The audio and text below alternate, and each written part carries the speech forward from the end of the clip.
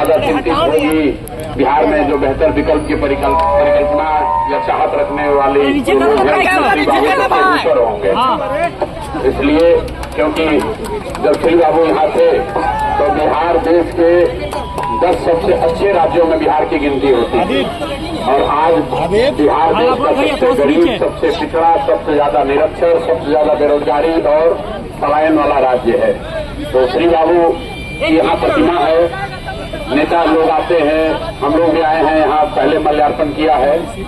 उससे नहीं होगा, श्री बाबू की को असली श्रद्धांजलि तो होगी जब बिहार के लोग बिहार की स्थिति को सुधारने के लिए अपने जाति, धर्म, नारी गली 500 रुपया का लालच छोड़कर हिंदू मुसलमान न बनकर अपने बिहार के बेहतरी के लिए, अपने बच्चों के लिए, अपने बच्चों के पढ़ाई रोजगार के लिए वोट देंगे।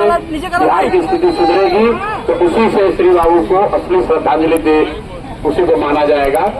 यहाँ आकर प्रतिमा पर माला डालने से, जितना यहाँ पर एक से एक बड़ा चोर है तो पहले आकर माला डालता है। अभी हमको कोई बताया कि यहाँ एक पुराने नेता है, नीतीश कुमार सरकार का सबसे भ्रष्ट मंत्री, नीतीश कुमार सरकार का सबसे भ्रष्ट मंत्री अशोक चौधरी। हम डरते नहीं है, हमको सर्वदलीय नेता है ये। अशोक चौधरी सर्वदलीय नेता हैं, अपने हैं जदयू में, बाबूजी थे कांग्रेस में, बेटी है लोजपा में, समाज है भाजपा में, पीछे से आरजेडी में भी डील किया होगा। ये सर्वदलीय नेता है और 200 करोड़ रुपया का संपत्ति खरीदा। प्रेस कॉन्फ्रेंस किए तो हमको धमकी दिया कि हम मानहानि का मुकदमा कर देंगे। अब 10 दिन के बाद तुम्हारे कह रहा है कि ना अब मुकदमा नहीं करेंगे, अब जनता की अदालत में जाएंगे। तो जनता की अदालत में भाई साहब आए हैं बरबीघा में, और अभी हम घुसे हैं तो लोग कह रहा भैया बहुत पैसा बांट रहा है। अब बताइए 500,000 करोड़ रुपया लूटा है बिहार से, तो आके यहाँ पर कुछ चेंज खुदरा बांट रहा है पब्लिक को बेवकूफ बनाने के लिए। तो सब भैया जो पैसा बांट रहा है, जिसको जिसको पैसा मिले पैसा पहले लेना है,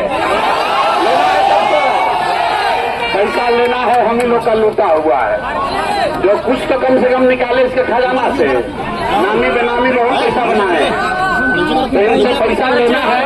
लेकिन जिस दिन वोट देने जाना है उस दिन इतना जोर से ठोकी है, इतना जोर से ठोकी कि एगो फर्जी डिग्री लगा के प्रोफेसर बने हैं 60 साल की उम्र में। अब इनको हम लोग विधायकी से मुक्त कर दिया जाए कि अब कॉलेज में जाकर ही पढ़ाना शुरू करें। तो बेकार बिहार सरकार से सैलरी भी ले रहे हैं, बिहार का युवा बेरोजगार है। ये भाई साहब एमएलए भी है, मंत्री भी है, प्रोफेसर भी है। साहब ये पता नहीं चला, 57 साल की उम्र में पटना यूनिवर्सिटी में प्रोफेसर हो गए। तो अब इनको एक काम से मुक्त कर दीजिए, आप लोग विधायकी से मुक्त कीजिए ताकि जाकर कम से कम पटना यूनिवर्सिटी में पढ़ाए।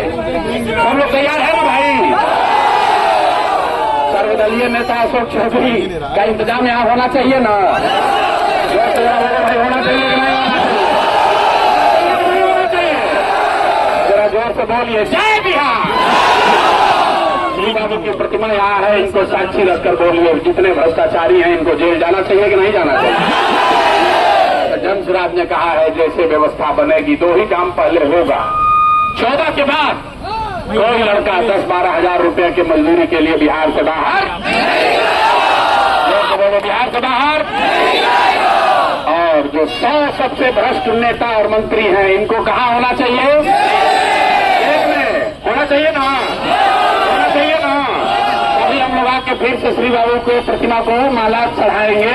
इस सबका उपाय होना पूरा जरूरी है। बरबीघा की धरती से श्री बाबू को श्रद्धांजलि दीजिए, अच्छे आदमी को जिताकर भेजिए, जो अच्छा लगे उसको जिताओ। हम कैंडिडेट के लिए, पार्टी के लिए वोट नहीं मांगते हैं। जो सबसे स्वच्छ छवि का अच्छा आदमी खड़ा है उसको जिताइए। गलत आदमी नहीं जीतना चाहिए, जमशराज जीते या न जीते, अच्छा आदमी जीतना चाहिए। बिहार का आदमी भाई, किसी भी दल का जो सबसे अच्छा आदमी है उसको वोट दीजिए। अगर जमशराज का प्रत्याशी गलत है तो उसको भी हराइए। देश में कोई नेता ये कह नहीं सकता है। अगर जनसुराज से अच्छा प्रत्याशी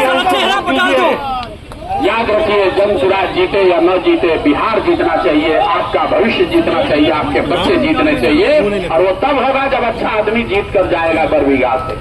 सब लोग सहमत है? सब लोग सहमत है भाई?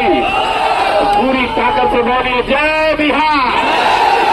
तो सर्वदलीय नेता का कुछ असर होगा यहाँ बरबीघा में? होगा। अरे उनको आवाज बनाना चाहिए यार, खर्चा बिहार से बहुत लूटा है, तो आप लोग के जिम्मे कुछ वसूल लीजिए। आप लोग सबको मिल के वसूलिए।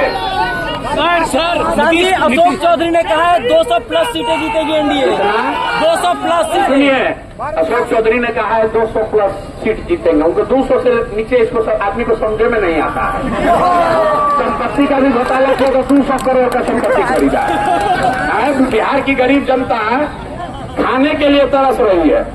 10,000 के लिए बच्चा सब जाके बाहर मजदूरी कर रहा है। पटना अकेले में 200 करोड़ का संपत्ति खरीदा। बताइए, अगर 200 सीट जीतेंगे, बिहार की जनता इतना बुर्बक है? शाम चुपचाप पैसा लेना है और जाके नीचे बदलाव का बटन दबाना है। बिहार में बदलाव होना चाहिए कि नहीं होना चाहिए? होना चाहिए ना भाई? फिर क्या